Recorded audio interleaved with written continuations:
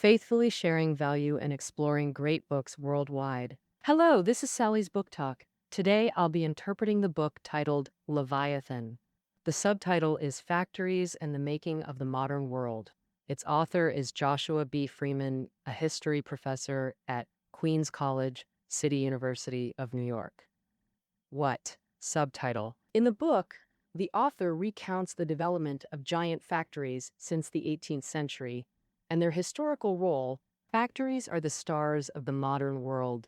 Before they emerged, people produced goods through household handicrafts, which were inefficient and slowed socioeconomic growth. After factories appeared, production efficiency soared, sparking the global industrial revolution. Among them, large-scale factories with advanced tech played a key role, and many big innovations came from these giants. They became symbols of modern civilization's progress. But on the flip side, giant factories ignited intense social conflicts, labor-capital clashes, wealth gaps, and repeated political fights.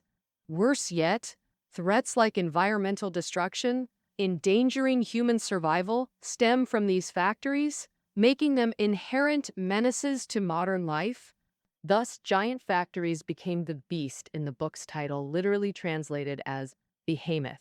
It's a fierce, greedy giant creature from the Bible. The author uses this animal to metaphorize giant factories, evoking awe and fear. Next, I'll break it down into 3 parts to share the book's essence with you. First, how did giant factories come to be and grow? Second, how did giant factories spread from Europe and America to the whole world? Third, are giant factories truly a blessing for modern humanity? First up, Part 1. The birth and growth of giant factories. This process involved tech and management innovations that boosted efficiency big time. Since the 18th century, 3 types of giant factories, like relay runners, show their evolution in 3 key stages. Stage 1. The birth of giant factories, happening in Britain's cotton spinning industry. In the early 18th century, cotton cloth got popular in Europe because it was easy to dye, breathable, and comfy to wear. But back then, cotton cloth mostly came from India. To cut imports and grab more profit, Brits ramped up domestic spinning. The biggest headache was the complex process, with spinning being the most time-consuming chore. What? Oh. Spinning, as the name suggests, is the process of cleaning cotton fibers and turning them into fine threads. Only with these yarns can we weave cotton cloth. But just how time-consuming is spinning? Even today, in fully automated mass production, turning cotton into yarn takes a 48-hour processing cycle. So you can imagine how inefficient textile production was during the traditional handcraft era. In the mid-18th century, British textile workers used simple hand-cranked spinning wheels. It took at least 3 spinners, plus several helpers, to supply one weaver with enough yarn for continuous work. Why? In practice, weavers often had to stop weaving to spin yarn themselves. Improving textile efficiency became an urgent problem. Inventors and artisans developed various machines, like the spinning jenny, which boosted productivity 6-fold, a significant improvement, but still hand-powered and far from meeting market demands. It wasn't until the late 18th century when British merchant Richard Arkwright invented the water frame and established large cotton mills that the industry truly transformed. Interestingly, we often assume innovations spread automatically, but Arkwright's factory was actually a tactic to protect his patents.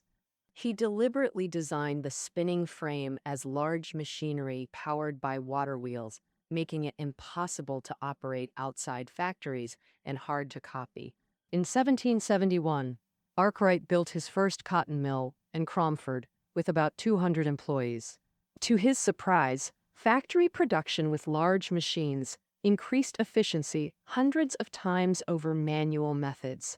This made Arkwright realize factories could generate massive profits from yarn production. He then built several more mills, each employing hundreds, some even thousands, of workers, an astonishing scale for that era. Arkwright's success revealed factories' immense value to other merchants, who soon built their own cotton mills. By the 1790s, Britain had hundreds of large textile factories. Thus, large factories became widespread, sparking two powerful innovations.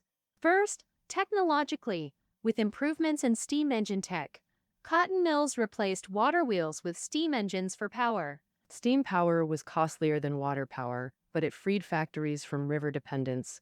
Cotton mills could now be built in densely populated urban areas, making it easier for owners to find labor. And second, in management, factory owners devised factory-specific rules based on experience to discipline workers and maintain focus. When cotton mills first emerged, there were no formal rules and workers were lax, causing larger factories to be less efficient. To fix this, new factories set strict rules.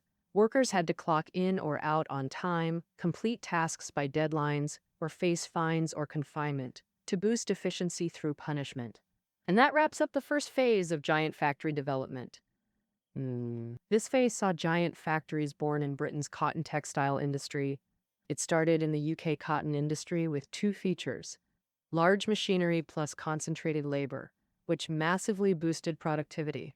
As the factory model succeeded in cotton spinning, it spread to other industries, ushering in the second phase of giant factory growth. The birth and spread of scientific management occurred in the steel industry. If the early 19th century was the era of cotton mills, the decades after 1850 belonged to steel factories. During this time, the steel industry replaced cotton spinning as the most vital industrial sector in Western nations. From the mid-19th century, railway transport rapidly expanded worldwide. In 1840, the world had only 4,500 miles of railways. By 1880, it grew to 228,400 miles, enough to circle Earth over 9 times, driving steel demand for rails. Early steel mills had simple processes. Blast furnaces used cold air to remove carbon from iron ore, but this was inefficient. In 1850, a single blast furnace could produce at most 6 tons of iron per day. Plus, the iron produced was brittle, resulting in poor quality rails. On busy lines, rails lasted under 3 months. To improve this, inventors made a series of innovations in iron smelting tech. The two most important innovations were, first, improving blast furnace technology. During smelting, inventors used waste heat from furnaces to preheat air before pumping it in. This new technique removed carbon from iron ore more efficiently, significantly boosting furnace productivity. By 1880, upgraded furnaces produced nearly 100 tons daily. Second was the birth of steelmaking technology. British inventor Henry Bessemer improved traditional methods by introducing oxygen to combine with carbon during smelting. Impurities like sulfur were removed, creating stronger, more malleable metal. This metal was steel. Steel rails proved far more durable than iron, breaking through production and quality bottlenecks. After this, steel mills rapidly expanded production to unprecedented scales. In the early 20th century, famed steel magnate Andrew Carnegie opened the Homestead Steel Works. It was among America's most advanced and largest factories, employing over 8,000 workers, dwarfing cotton mills. In cotton mills, one worker could operate a single spinning machine, but in steel mills, no single worker could produce a rail. Teams operated blast furnaces, Bessemer converters, and open hearth furnaces together. Plus, steel mills produced diverse goods: rails, various sized plates, pipes, wires, and more. This required experienced workers, constantly adjusting machinery to meet changing specifications. Given the physically demanding work, steelworkers were predominantly strong adult men. This starkly contrasted with textile mills' female and child labor force, as steel factories grew larger and more complex. At this point, relying solely on individual experience for management became totally inadequate. Consequently, early steel mills had low productivity and stubbornly high labor costs. In 1898, Bethlehem Steel hired Frederick Taylor as a consultant to improve efficiency. Taylor started at Midvale Steel in Philadelphia as a machinist, eventually rising to chief engineer. Later, he moved into management consulting. Years of experience showed him that ineffective management hindered factory productivity. At Bethlehem Steel, through repeated research and experiments, he developed the famous scientific management theory.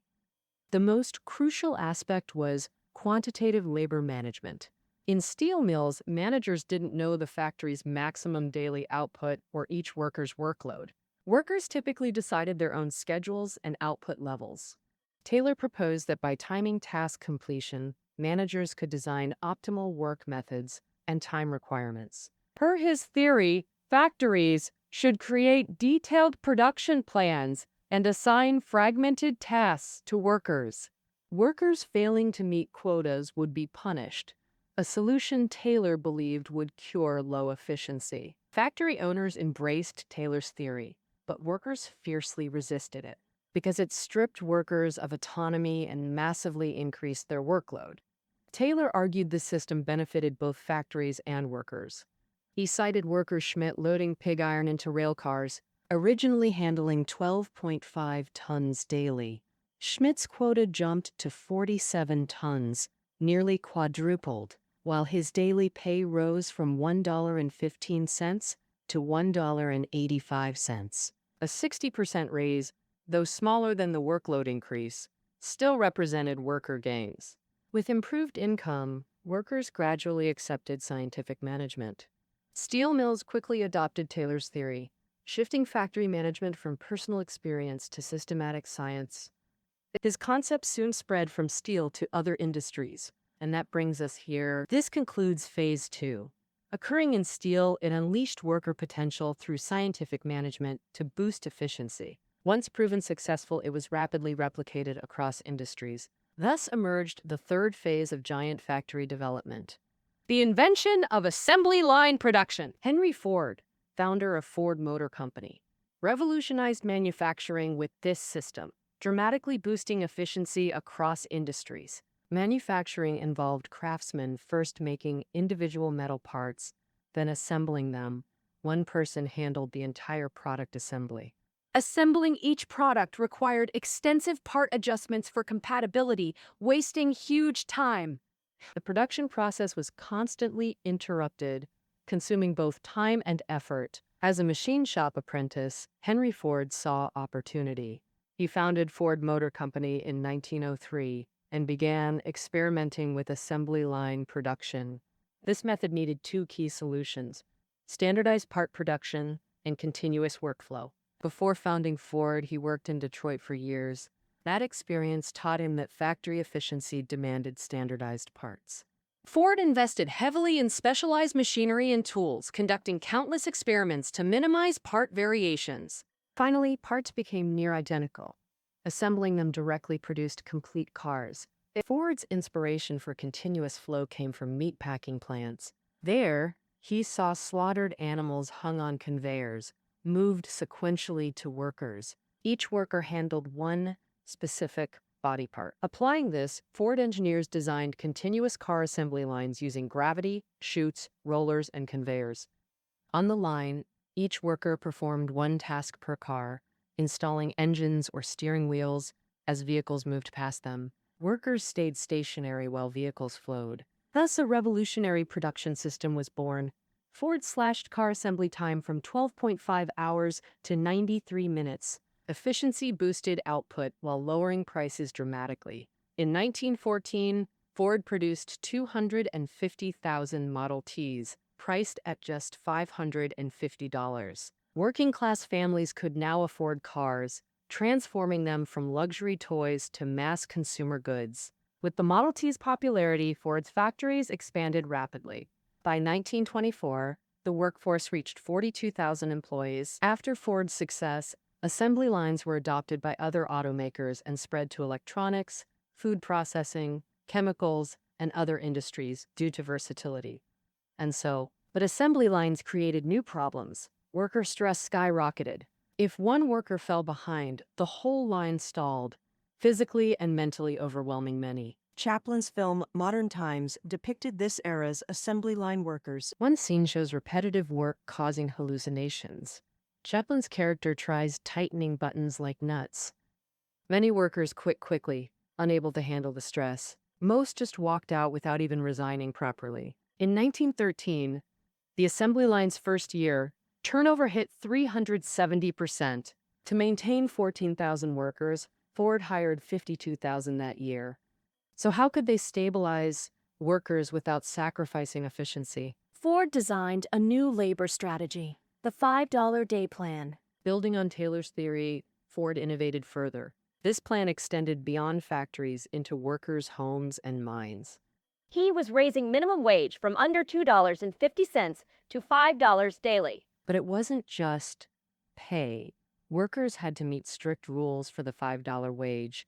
Rules covered work and personal life, legal marriage, family support duties, no alcoholism, etc. Ford believed good habits made better workers. Additionally, with many immigrant workers, Ford provided language and skill training to aid integration. Ford's labor policies significantly reduced turnover and boosted worker motivation. Other factories, especially large ones, followed Ford's lead, launching welfare programs. Companies built cafeterias, libraries, recreation facilities, and offered medical or pension benefits. As Ford's assembly line spread, manufacturing efficiency improved industry-wide. Additionally, Ford's management methods improved worker welfare and eased labor capital tensions. Thus, the author states Ford and his company pioneered a new industrial phase. This concludes our introduction to the 3 phases of giant factory development. Starting with large machinery and concentrated labor, Taylor's scientific management and Ford's standardized production propelled factories into key industrial revolution phenomena. But this Western industrial model later migrated globally. This brings us to part 2. How did the giant factory model spread worldwide? 2 to tape of Akanely stand out: the Soviet Union and Asian nations. First, let's examine Soviet giant factories. Before the 1917 October Revolution, Russia was a poor agrarian nation with weak industry, lacking talent, equipment, and experience. After the Soviet regime's establishment, leaders knew strong industry was essential for socialism. Thus, rapid industrialization became the new regime's critical challenge. Early 20th century America's industrial achievements, especially Ford's assembly line, became global symbols of modernity. For the USSR, learning American tech and management was the optimal industrialization path. The first 5-year plan aimed to double fixed capital and quadruple iron output. To achieve this, the USSR would build diverse factories nationwide. Despite poverty, the fledgling Soviets concentrated limited funds on factory construction. When choosing factory models, some experts recommended smaller European factories as better fits for Soviet industrial conditions. But Soviet leaders believed large factories maximized economies of scale and fund utilization. So the Soviet government decided to build factories following America's mass production model. During construction, the Soviets recruited many Western technical experts, especially Americans. The Stalingrad tractor plant, aiming for 50,000 annual units, was the USSR's first major factory attempt. Its successful construction was vital for Soviet industrialization. First, they spent heavily to hire Albert Kahn, America's top industrial designer, for the plant design. Plus, they set up a Detroit recruitment office hiring hundreds of American engineers and skilled workers as supervisors. American experts played a crucial role in building the factory. Next, the USSR invested massively in American heavy equipment. The factory site was barren wilderness without trees. With primitive transportation, materials came by camel from distant locations. But Soviet pioneers worked day and night posting "Overtake America" slogans, building a modern factory in just 1 year. The bigger challenge remained: making the factory operational. Most workers came from rural areas. Many had never seen telephones, let alone operated complex machinery.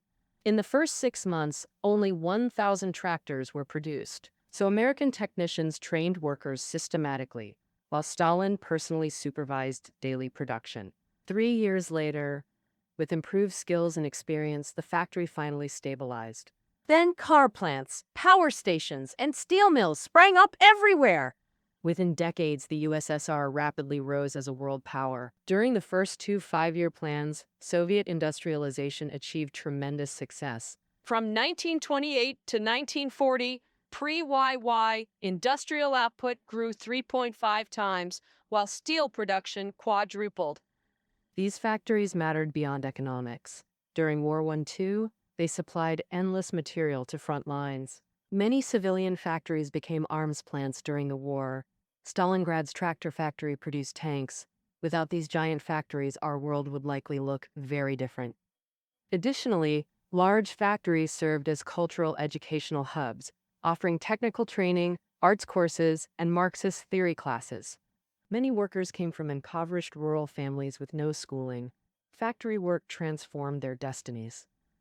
After World War II, the USSR continued expanding factories on the same model. Magnitogorsk steel comparison. Magnitogorsk Steel became the world's largest steel plant in the 1980s, with 63,000 workers. Its annual output nearly matched Britain's total production. Now let's discuss Asia's giant factories. Since the 1980s, massive factories emerged across Asia. Their rise stemmed from two factors. First, shifting Western manufacturing models. During 1970s stagflation, Western nations faced soaring oil prices and labor costs, driving production expenses up. Companies like Apple responded by shutting domestic plants and offshoring production to cheaper regions. They kept only core functions like R&D and marketing. Second, China and Vietnam implemented open-door policies for modernization. China established special economic zones like Shenzhen in 1980 to attract foreign investment. Post-reform, massive rural labor entered factories. Similarly, Vietnam introduced foreign investment policies in the 1980s. With investment incentives and abundant labor, China became ideal for Western manufacturers. Massive factories emerged. Companies like Apple concentrated production to minimize logistics costs and maximize economies of scale for huge orders. So these multinational factories in China are astonishingly huge, Foxconn and Yuan Industrial being prime examples, with hundreds of thousands of employees, dwarfing even Ford at its peak. All right, that concludes how giant factories spread globally. We see more and more people swept into this process. Their lives were turned upside down by societal shifts. However, do these changes always bring good outcomes? That's what I'll address in this final part, how giant factories reshape society and transform the human experience. Factories revolutionized the world in three major ways. First, they transformed lifestyles. Second, they ignited intense labor capital conflicts. Finally, they caused severe ecological damage. Factories impacted every aspect of life, most visibly altering daily rhythms and improving living conditions. After the Industrial Revolution, cotton mills proved hundreds of times more efficient than hand weaving. Their cheaper cotton goods naturally killed traditional handicraft industries. Handicraft workers had to become factory laborers to survive, utterly changing their rhythms. Before, whether farming or weaving, people decided when to work, rest, or play. Life flowed freely. As one account describes, early 19th century British laborers often drank for a day or two at week start, then worked frantically to catch up by weekend. But factories changed everything. Workers now followed rigid factory schedules. Violations meant punishment. After entering factories, their rhythms became externally disciplined.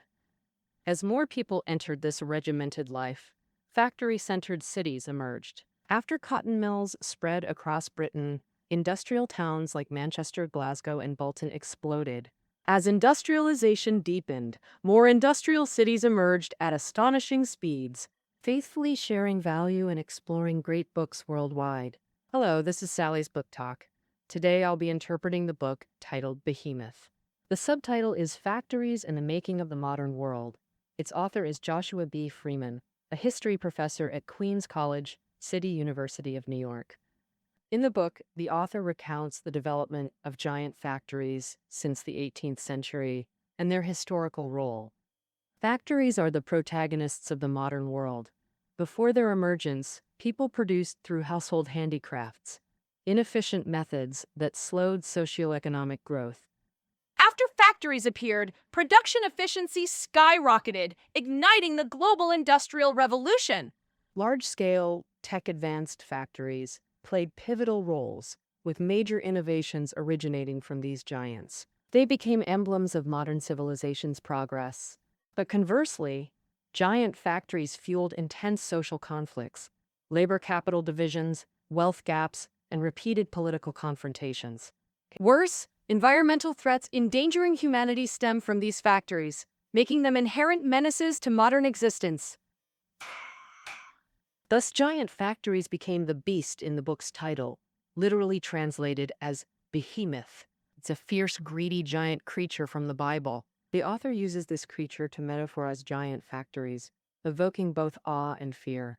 Next, I'll break it into 3 parts to share the book's essence. First, how did giant factories originate and develop? Second, how did giant factories expand globally from Europe and America? Third, are giant factories truly beneficial for modern humanity? Starting with part 1, giant factories emerged through tech and management innovations that dramatically boosted efficiency. Since the 18th century, 3 types of giant factories, like relay runners, showcased 3 evolutionary stages. Stage 1 began in Britain's cotton spinning industry.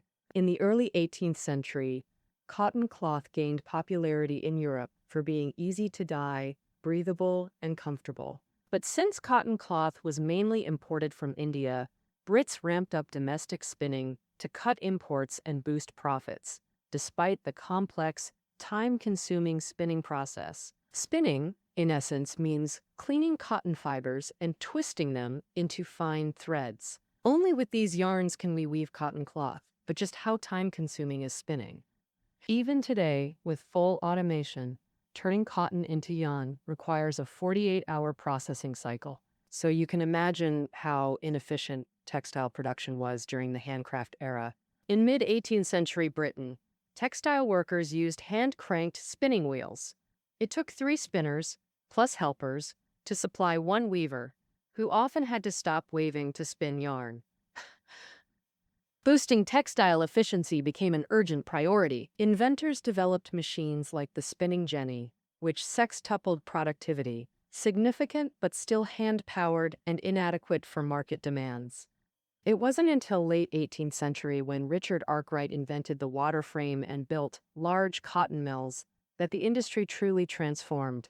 Interestingly, while we assume innovations spread automatically, Arkwright's factory was actually a patent protection tactic. He deliberately designed oversized, water wheel-powered machinery, impossible to operate outside factories and hard to copy. In 1771, Arkwright built his first cotton mill in Cromford with about 200 employees. To his astonishment, factory production proved hundreds of times more efficient than manual methods. This made Arkwright realize factories could yield massive profits from yarn production. He then built several more mills, each employing hundreds, some even thousands, of workers. An astonishing scale for that era. Arkwright's success revealed factories' immense value to other merchants, who soon built their own cotton mills. By the 1790s, Britain had hundreds of large textile factories. Thus, large factories became widespread, sparking 2 powerful innovations. First, technologically, with steam engine improvements, cotton mills replaced water wheels with steam power. Though steam power cost more than water power, it freed factories from river dependence. Cotton mills could now be built in urban areas, making labor recruitment easier for owners. Second, in management, owners created factory-specific rules to maintain worker focus. Early cotton mills lacked rules, leading to lax workers and lower efficiency as factories grew. New factories imposed strict schedules with fines or confinement for missed deadlines to boost efficiency. That concludes the first phase of giant factory development. This phase saw giant factories born in Britain's cotton industry. Originating characteristics highlight originating in UK cotton. It featured large machinery plus concentrated labor, massively boosting productivity. As factories succeeded in cotton, the model spread to other industries, launching Phase 2.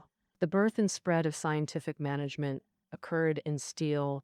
If the early 1800s belonged to cotton mills, post-1850 decades were steel factories' era.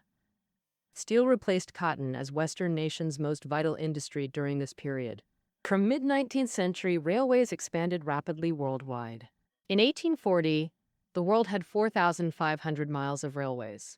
By 1880, 228,400 miles, enough to circle Earth 9 times, massively driving steel demand. This caused severe river pollution. Plus, widespread steam engines drove massive coal mining.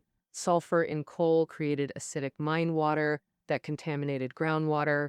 As industrialization deepened, factory pollution worsened. In Britain, industrialization's birthplace, the infamous Great Smog occurred December 5th to 9th, 1952. As an industrial city, London was filled with factories and dense population. Industrial production and home heating required massive coal burning, generating enormous smoke. Poor atmospheric conditions and high humidity created severe smog. The smog caused respiratory illnesses to surge, over 4,000 deaths in 5 days, plus 8,000 more within 2 months. The London smog event became one of history's worst environmental disasters. Such pollution-induced tragedies haven't disappeared even today. This is perhaps giant factories' darkest legacy for human civilization. With this, we conclude Behemoth. We've essentially covered the book's content and learned about giant factories' history since the mid-18th century and their fundamental human impact. But like all historical phenomena, they have life cycles. Post-WW1, they declined in their birthplace, especially America, for several reasons. First, automation gradually replaced human labor. After World War II, manufacturers adopted self-regulating machines that performed human tasks, reducing workforce needs. Second, labor issues were key factors. Rising union power increased U.S. wages and benefits. Since large factories had stronger unions, capitalists downsized for easier control. Many corporations relocated plants to smaller southern U.S. cities with lower wages and weaker unions. Over 3 centuries, giant factories profoundly transformed society, fueling prosperity yet creating social problems. Today's factories no longer match past scales nor symbolize technological progress. Perhaps someday this behemoth both loved and hated will be sealed in history's archives. Well, that's Behemoth Factories in the Making of the Modern World. Quote, that concludes our introduction. Reading notes are below the audio. Until next time.